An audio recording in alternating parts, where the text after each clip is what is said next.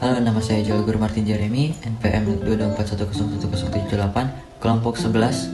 Motivasi berorganisasi adalah seperangkat kekuatan energi yang berasal dari dalam tubuh individu yang menjadi dorongan dasar seseorang dalam berperilaku untuk memenuhi kebutuhan dalam organisasi, yakni kebutuhan kekuasaan, afiliasi, dan berprestasi.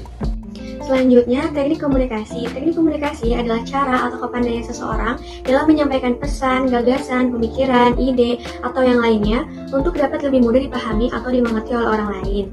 Adapun fungsi dari komunikasi itu sendiri diantaranya fungsi sosial, fungsi ekspresif, fungsi ritual, dan fungsi instrumental. Kepemimpinan adalah kemampuan seorang pemimpin untuk mengendalikan, memimpin, mempengaruhi pikiran, perasaan, atau tingkah laku orang lain untuk mencapai tujuan yang telah ditentukan sebelumnya. Fungsi kepemimpinan memiliki hak dan wewenang untuk dapat menjalankan fungsi kepemimpinannya. Hak dan wewenang khusus ini berada di tangan pemimpin untuk menunjukkan perkumpulan yang memiliki sistematik yang teratur. Manajemen waktu merupakan keterampilan yang berkaitan dengan segala bentuk, upaya, dan tindakan yang dimiliki individu agar dapat memanfaatkan waktu sebaik-baiknya. Filsafat waktu yang pertama, waktu linear dan terbatas. 2. Waktu subjektif dan objektif. Yang ketiga, waktu sirkuler dan langkah manajemen waktu. Yang pertama ada analisis diri, membuat grand design berupa visi dan misi. Yang ketiga, tentukan prioritas. Yang keempat, buatlah perencanaan sedetail mungkin. Yang kelima, evaluasi. Yang keenam, konsisten. Organisasi menurut Ridwan Rustandi adalah segala bentuk pengelolaan person to kolektif, sistem dan kebijakan, lingkungan dan hubungan, konflik dan dinamika konflik, kepemimpinan dan kaderisasi budaya komunikasi. Komponen manajemen organisasi: 1. Manajemen diri, 2. Manajemen sistem, 3. Manajemen lingkungan dan budaya, 4. Manajemen komunikasi, 5. Manajemen konflik, 6. Manajemen kepemimpinan. Pola pikir atau mindset, yaitu meyakini bahwa kemampuan diri dapat dikembangkan. Jenis-jenisnya terdapat 2 jenis. Yang pertama, fixed mindset, yaitu cenderung menghindari tantangan, menghindari kegagalan, merasa terancam dengan kesuksesan orang lain. Yang kedua yaitu growth mindset, yaitu senang belajar hal baru, sadar bahwa gagal adalah satu batu loncatan, dan terbuka dengan kritik dan saran. Diri adalah kemampuan individu yang masih tersimpan dan belum digunakan dengan maksimal. Potensi diri itu dapat berkembang melalui bakat ataupun usaha belajar dan kerja keras sebagai potensi yang dapat ditunjukkan melalui aksi.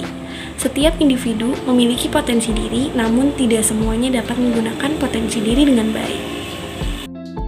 BLM yaitu perwakilan mahasiswa yang berkedudukan sebagai lembaga tinggi yang mempunyai fungsi legislasi, anggaran, advokasi, dan pengawasan. Fungsinya yaitu sebagai badan pengawas dan evaluasi kinerja BM, FIK, dan HMJ FIK Unsil dalam hal operasional.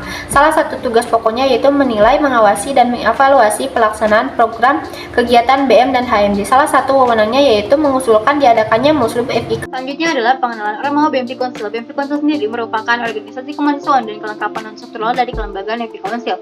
Kabinet yang sekarang bernama Cakrabaskara yang berlambang burung pionik yang memperhatikan bahwa kehidupan penuh semangat, kebangkitan juga dapat menyembuhkan dirinya sendiri. Terdapat 2 divisi dan juga 6 departemen. 2 divisi antara lain Kesekretariatan dan juga Dunia Usaha. 6 departemen yaitu Kerohanian, Hukum, Pengmas, PSD, Mikal, juga Kastra. Himakesmas Unsil dibentuk pada tahun 2018 yang saat ini nama kabinetnya adalah Raksa Miparia. Tugas pokok dari Himakesmas Unsil yang pertama sebagai fasilitator dan moderator dalam mengembangkan aspirasi Himakesmas, yang kedua berkoordinasi dengan BEM dan BLM FIK Unsil, yang ketiga bertanggung jawab kepada musyawarah mahasiswa jurusan dan dekan melalui ketua jurusan Kesmas. Struktur dari Himakesmas Unsil ada ketua, wakil ketua, sekretaris, dan bendahara, 2 divisi dan 6 departemen. Selanjutnya, kerjasama dalam berorganisasi. Kerjasama secara umum adalah kegiatan atau usaha yang dilakukan 2 orang atau lebih untuk mencapai tujuan bersama. Sedangkan berorganisasi menurut KBBI adalah kegiatan yang tersusun dengan baik dan teratur dalam suatu kesatuan. Di dalam berorganisasi tentu harus ada yang namanya kerjasama. Karena apa? Karena dalam organisasi bisa meningkatkan semangat, produktivitas, hubungan sosial, bahkan komunikasi serta efisiensi dalam bekerja. Jika di dalam suatu organisasi tidak ada yang namanya kerjasama alias anggotanya individualis, maka sulit untuk suatu organisasi mencapai tujuan bersama. Manfaat dari kegiatan OLT tahun ini ialah tentunya kita memiliki banyak pengetahuan baru mengenai bagaimana caranya untuk menjadi pemimpin. Lalu kita juga dapat pengetahuan baru mengenai bagaimana caranya berorganisasi. Kita juga dapat lebih mengenali organisasi-organisasi apa saja yang ada di lingkungan Fakultas Ilmu Kesehatan. Dari beberapa rangkaian acara, beberapa hal membuat kita menjadi lebih disiplin kembali. Seperti disiplin waktu, juga disiplin atas atribut yang kita gunakan. Lalu selanjutnya yang terakhir, karena adanya kegiatan ini, tali silaturahmi antara mahasiswa kesehatan masyarakat Universitas Bandung menjadi